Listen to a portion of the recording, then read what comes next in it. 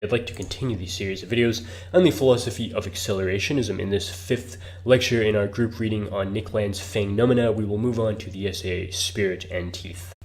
And so as we get into the content of the text itself, we find that Nick Land opens this essay with a eulogy to that long-dead concept of spirit or Geist. This is something which you have to eulogize at the beginning of this essay because nobody could actually believe in something like spirit today. That is the target of not just one, but many different kinds of deconstruction which are trendy within the academic industry. It's kind of like how Zizek mentioned at the beginning of the ticklish subject that even thinkers from polar opposite viewpoints can still agree on one thing, and that is that they hate Cartesian dualism, and they can find some equally impressive way to perform the mental gymnastics to rationalize blaming Descartes for their own preferred social justice boogeyman du jour. You might take the Judith Butler path of blaming sexism on Descartes because the cogito is implicitly masculine rather than feminine, or maybe you take the post-colonial theory path of blaming Descartes for the colonization of the third world because obviously the cogito is racially implicitly a Westerner, so that opens up the floodgates for it to go and conquer the rest of the world. Well, one thing which everybody can agree on pretty much also within the academic industry is that spirit is something which is utterly reprehensible precisely because it's impossible. You might be coming from the background of a Heideggerian, to cite one of Nick Land's own examples at the beginning of this text, for whom spirit can't exist because spirit makes the error of substantializing Dasein. It covers over the mystery of the ontological disclosure of time by instead treating Dasein as a pseudo-substance fit within the implicit metaphysics of presence and therefore mistaking the ontological for the ontic. You might be the exact opposite of a Heideggerian, though, as a hardcore materialist, another one of the examples cited by Land at the beginning of this essay, but you'll also find a way to dismiss spirit as a fiction which can't exist.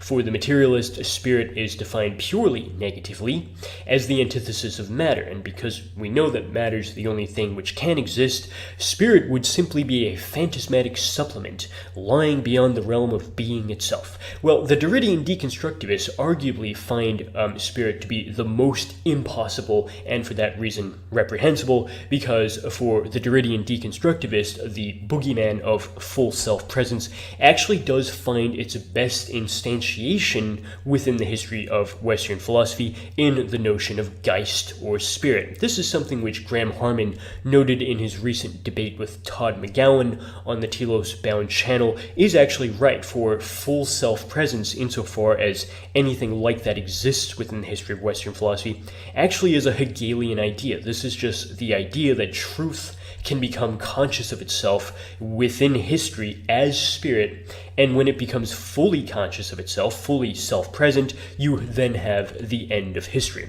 Well, Nick Land observes, with the benefit of hindsight, that this Hegelian pronouncement of the end of history was something else in addition to that. It was also the peak stock value which spirit ever enjoyed. In the now past spirit bubble, everything after Hegel bid it up to that cosmically high level was only downhill from there. After Hegel, you had the stock of spirit crash into utter worthlessness following advances in fields like, say, neuroscience or psychology, because these were able to explain in real scientific terms, hard science terms, whatever it was about human thinking and experience, which Hegel had mislabeled with the mystical term Geist.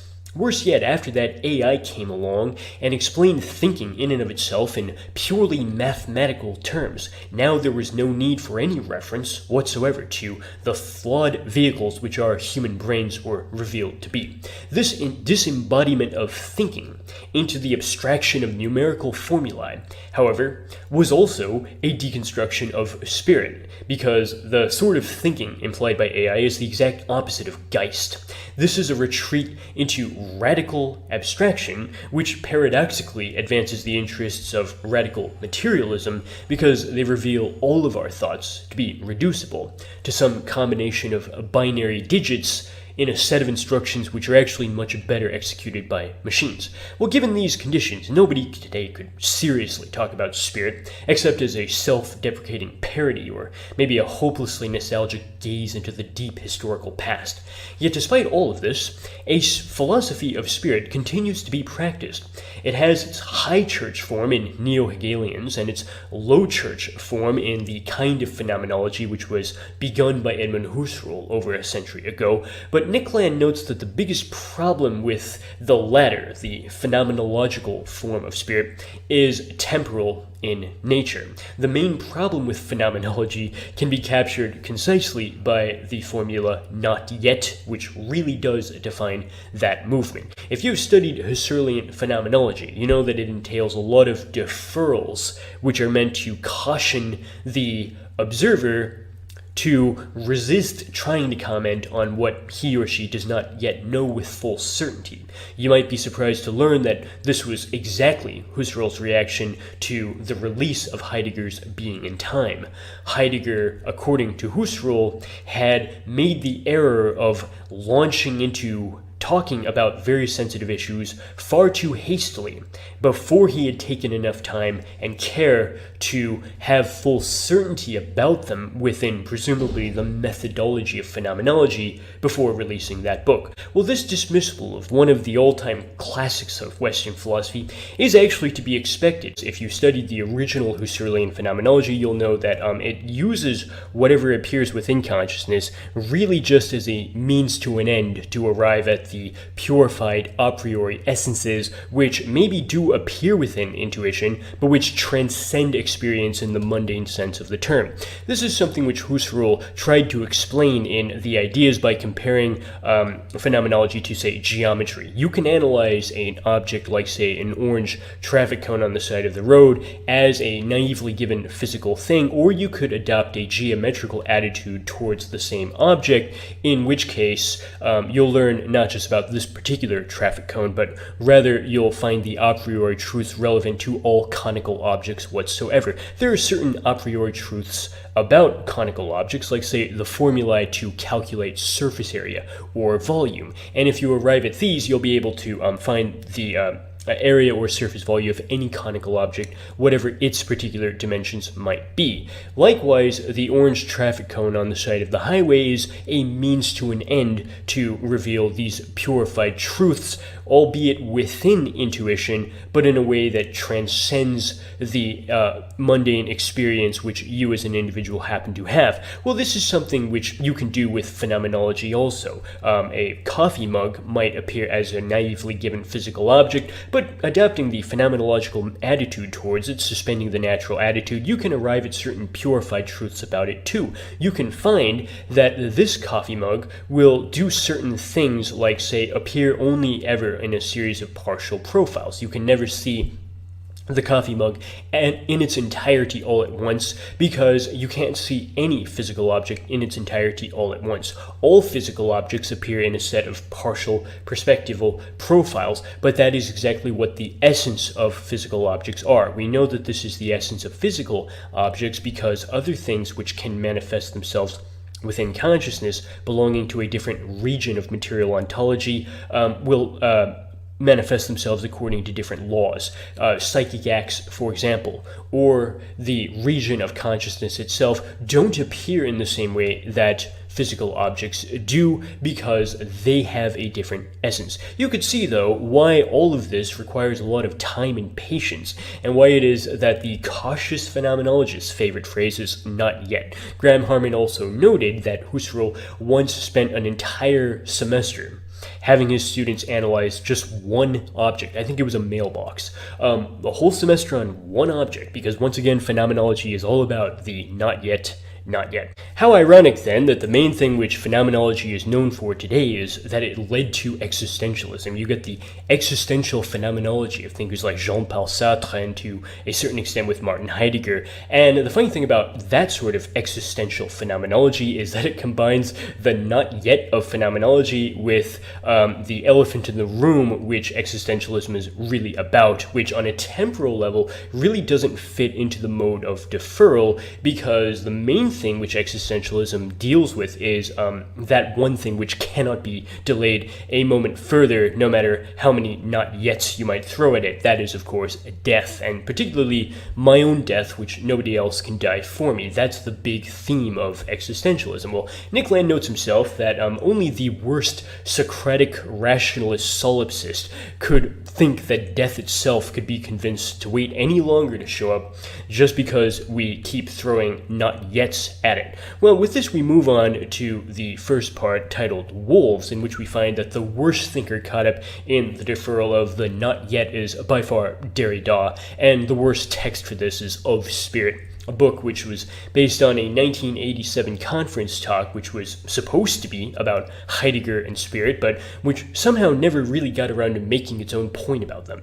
I would be somewhat remiss if I didn't tell you honestly that this is not required reading, even if you're trying to be a very good student of Nick Land.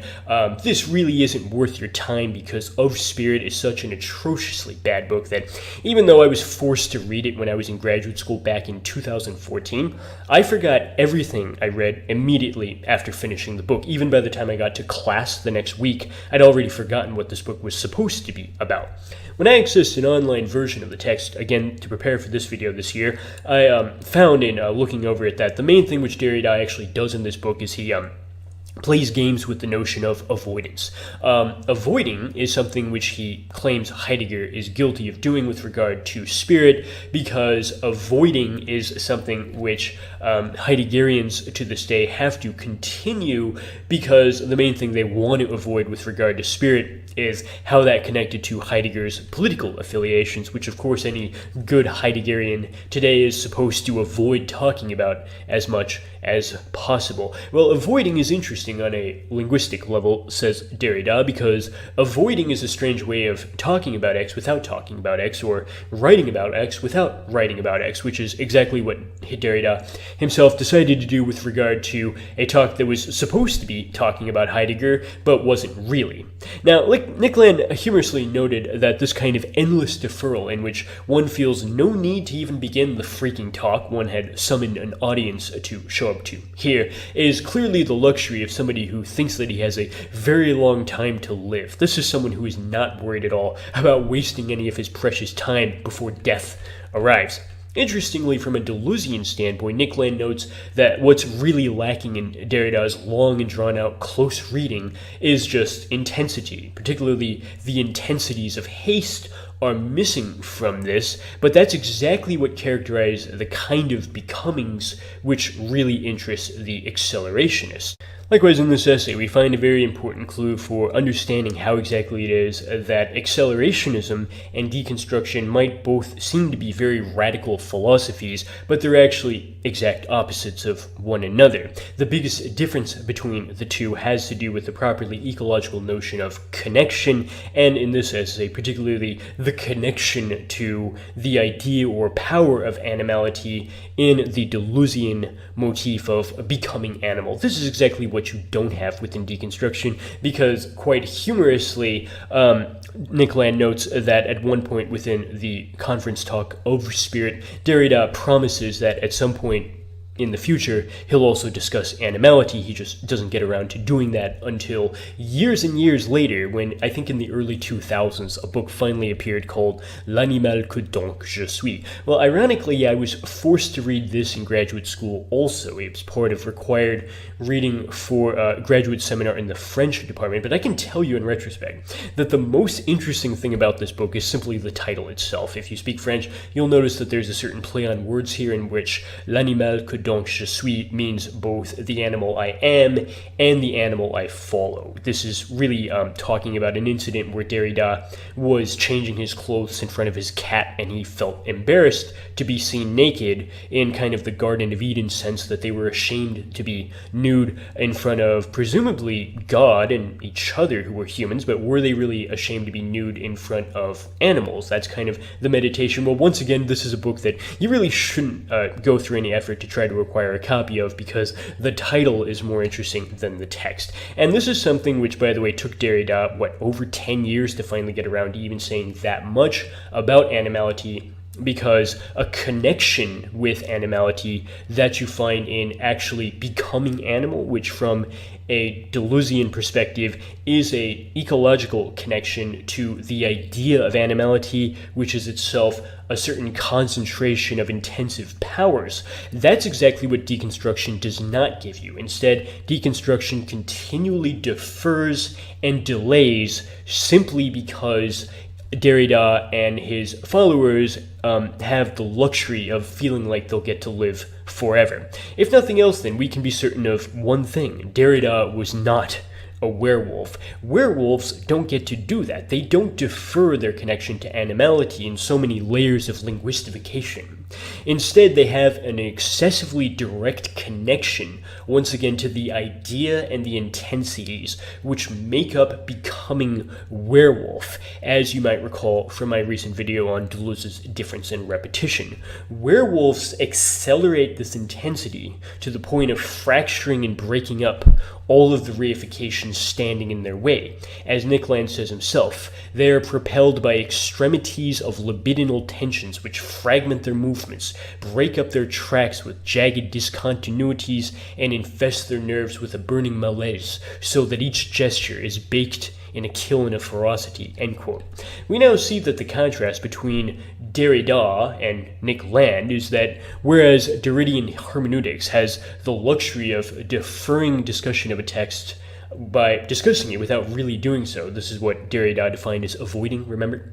The werewolf, in contrast, is defined by an abrupt becoming, which has the character of an instantaneous and rapidly spreading contagion.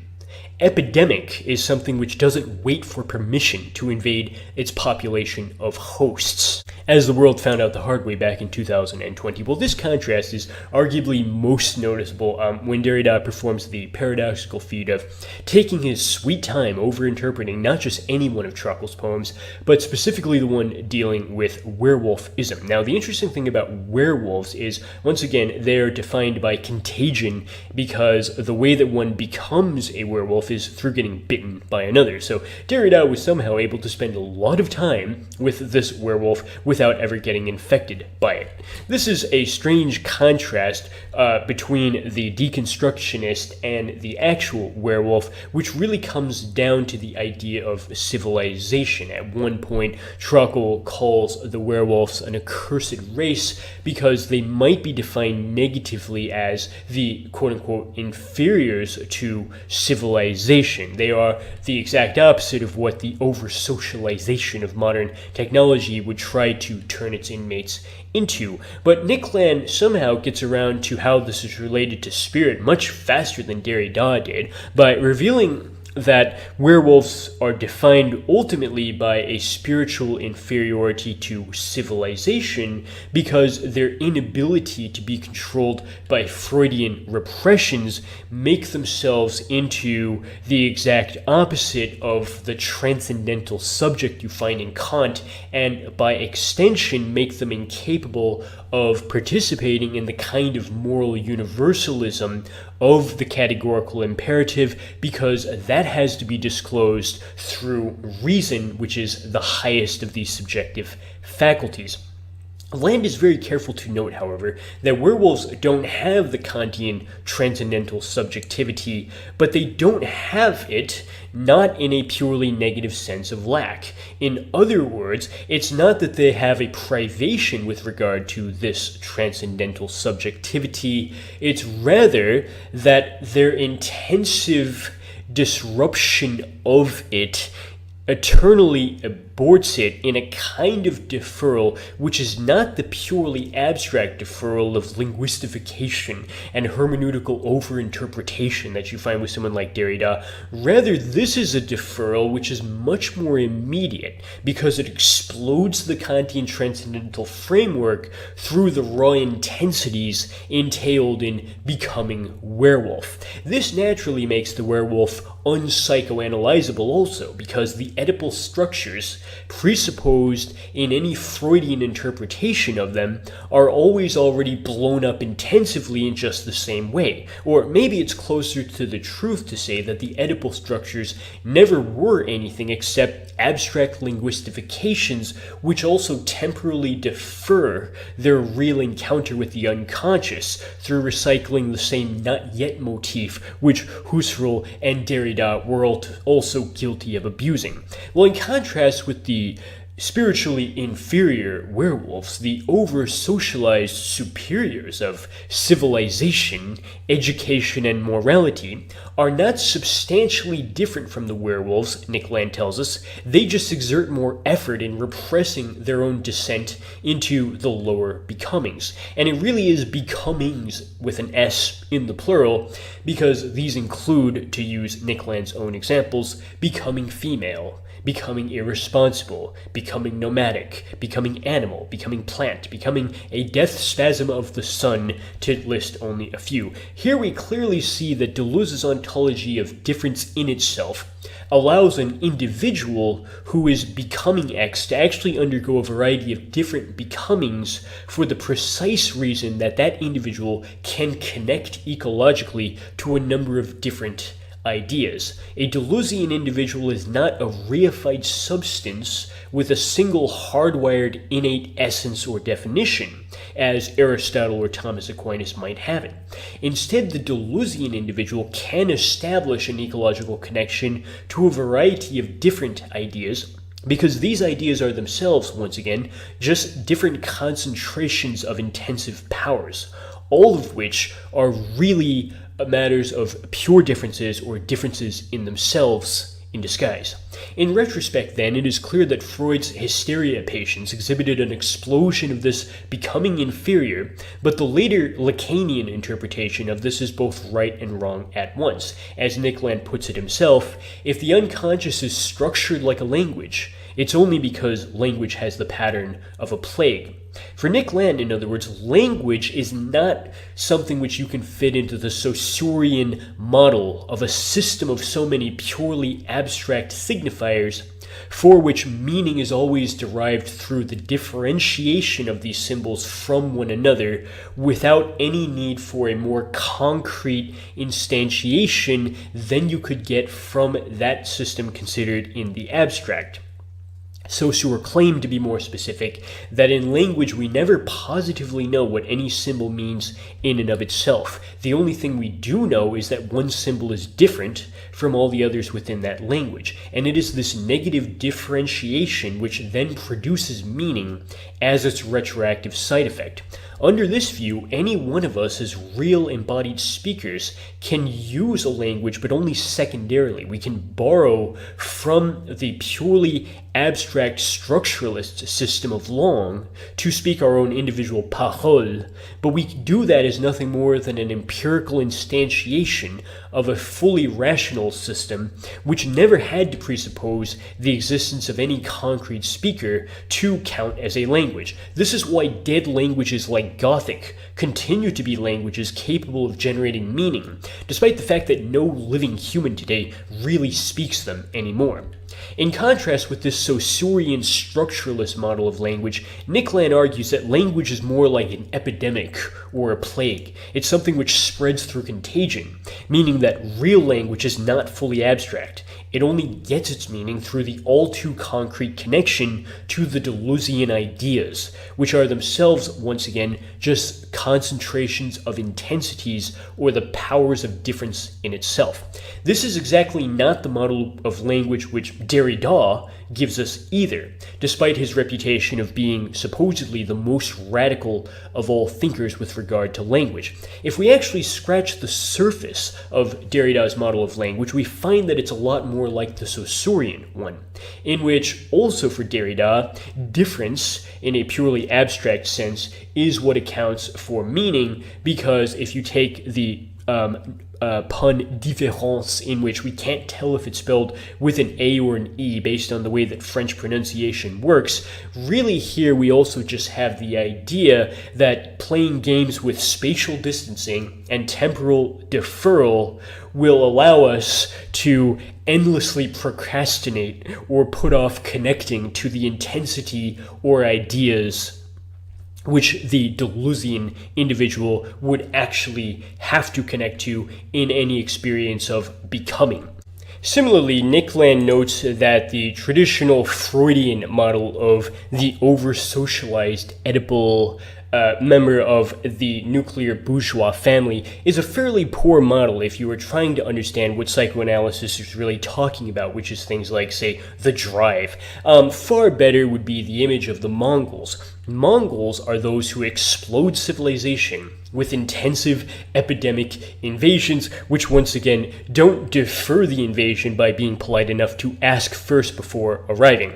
Speaking of war, it's ironic that of the only 2 war poems which Trockle ever wrote, Land actually chose to discuss the less well-known of these 2 in this essay. This is a poem called In the East, which has the memorable line, "Wild wolves break through the gate." The word wild actually occurs twice within the quotation cited by Nick Land, first basically in noun form, then as an adjective, and this is something which really is to be expected because of the etymological connection between the adjective wild and the noun wild, or the Old English word for a forest from which it is actually derived. This connection between the forest and the wild is also used by Nick Land at the beginning of the essay Art as Insurrection, but in its Latin rather than Germanic form. You might recall that Nick Land called the artists savage beasts at the opening quotation of that essay, Art as Insurrection,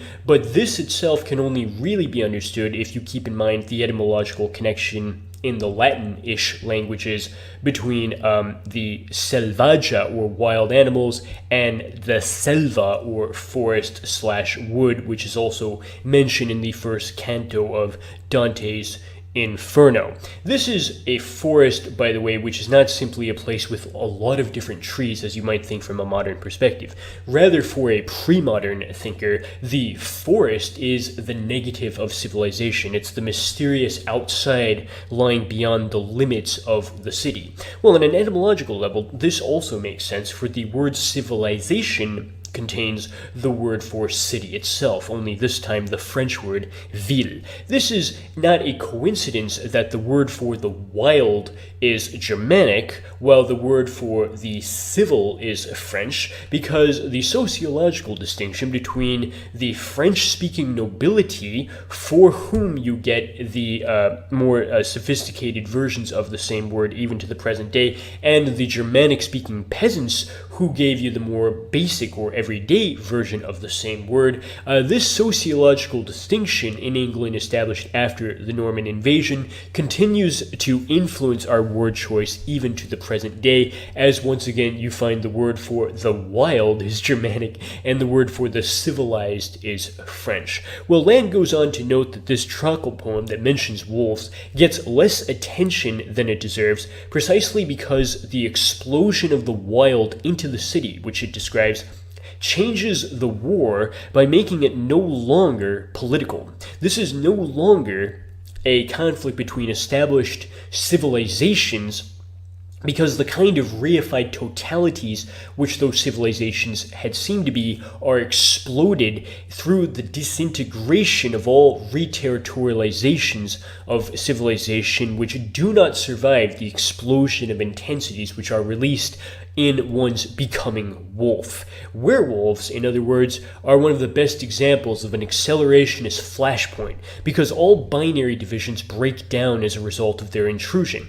In a Nietzschean sense, however, this breakdown of binary divisions does not result in a smooth leveling out of differences, so much as an intensification of difference in itself. In a properly Deleuzian sense, the breakdown of actual differences, which you might recall from my video on difference and repetition. These are the differences which are tied down to reified identifiable objects. Well, once you have the breakdown of actual differences, this signals not the destruction of difference, but rather a return to the more primordial power of virtual differences or pure differences in themselves.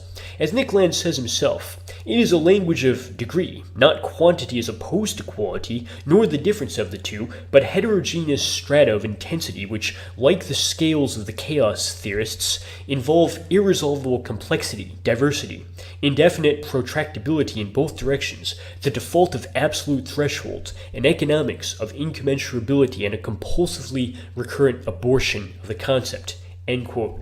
Land goes on to note that under these conditions, essence is preempted by an irresolvable excess of detail.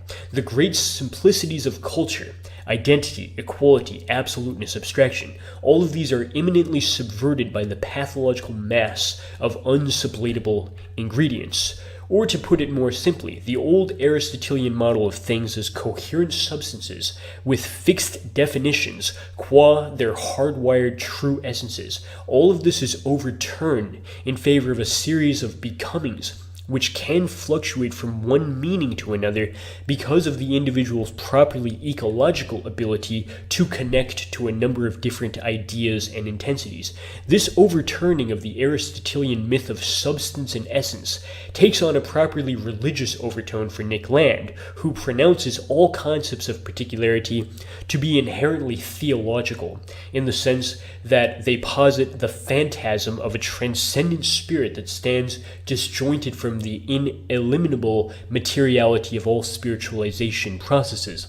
In other words, the idea that one substance is endowed with one essence always has to be posited in the same way that one posits the religious belief in the soul. We have the idea that one soul inhabits one body, even though this is something which can't be seen but can only be postulated as a supplement beyond all of the imminent material becomings which that body is actually caught up in undergoing. Civilization then can be defined very precisely as a quasi-theological retranscription of all these real metamorphoses of becomings from the supposedly lower level into abstract structurations of over-socialization, with the most memorable example of that being the Oedipal triangle of the bourgeois nuclear family. Land warns that it would be misleading to describe this inferior becoming in purely negative terms as some sort of privation of civilization. Rather, it's more like the other way around. These real becomings are the quote-unquote positive libidinal charge, which quote-unquote wash away the ramparts damming up intensive sequences. Becoming inferior simply releases the energy that had been arbitrarily blocked up by the arbitrary structurations of civilization and over-socialization. For this reason, Land notes a strange contrast between the meaning of fire in each of these contexts. On one hand, fire is well known as the symbol of Prometheus, because man's ability to control fire was the first accomplishment which laid the foundation for all of the technological accomplishments which followed afterwards. But fire also holds a second meaning. It is also the symbol of wildness itself. In the hands of a werewolf, fire loses itself, becoming dirty, epidemic, and regressive, to quote Land himself. Whereas the fire of Prometheus is controlled and redirected into useful technological projects with a clearly defined teleology. The fire of the werewolf is the dissolvent blaze which spreads uncontrollably, combusting the gloomy architectures of transcendence, to quote Land himself.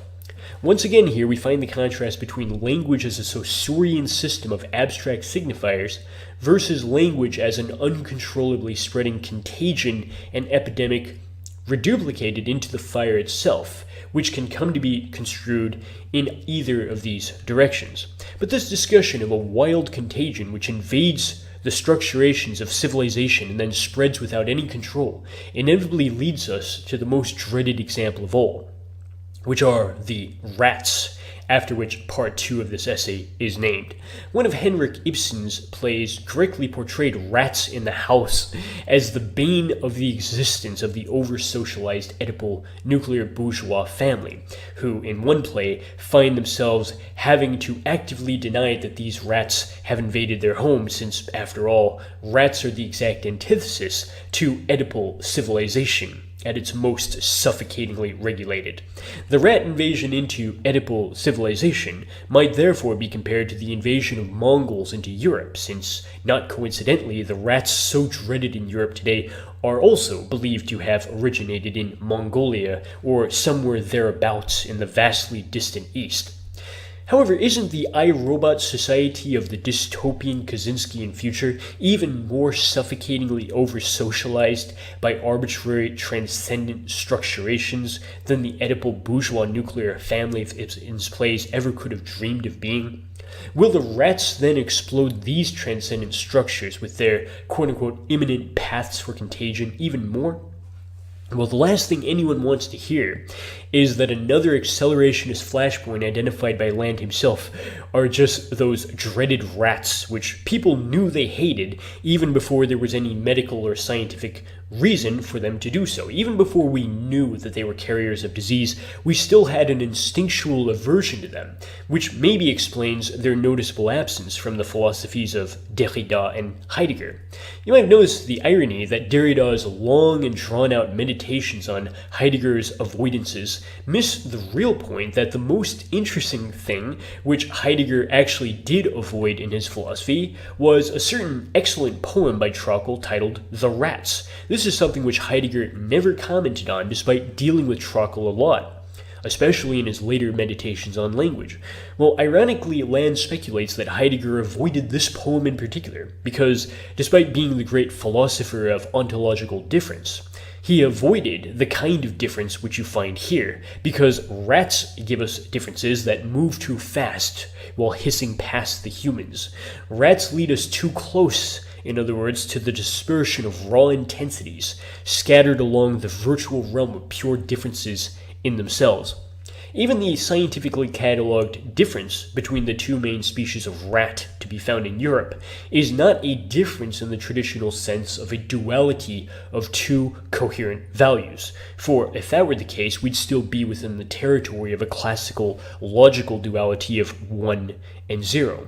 With just these two binary digits, we could then derive the entire sprawling global technological system, with all of its artificial intelligence functioning as some higher order redundancy of some combination of just these two binary digits. No, with these two rat species, we do not have that sort of duality, for these enclose nothing. They delimit nothing. They determine nothing, as Land tells us, because they have a strictly alogical and intensive relation.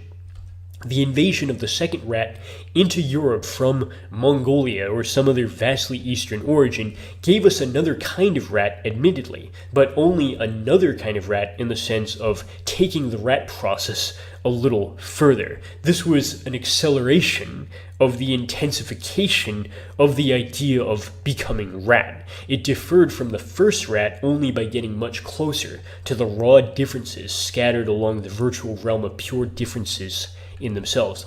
In this context, then, Freud's notorious rat man, the guy who dreamed that rats were boring themselves into his anus, this also makes more sense because, as Land noted himself near the very end of this essay, the rat punishment described in these paranoid nightmares actually did exist. But guess where it originated? It also invaded Europe from the quote-unquote barbarous East. This is the worst form of anal invasion because it is one which cannot be mapped onto any of the coordinates of the Oedipal structure.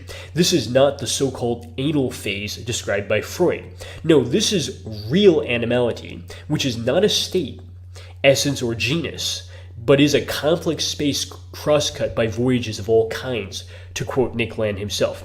These intensive sequences cannot be isolated or determined, since no impermeable boundary remains to quarantine Trockel's rodents. So this will conclude our reading of this text.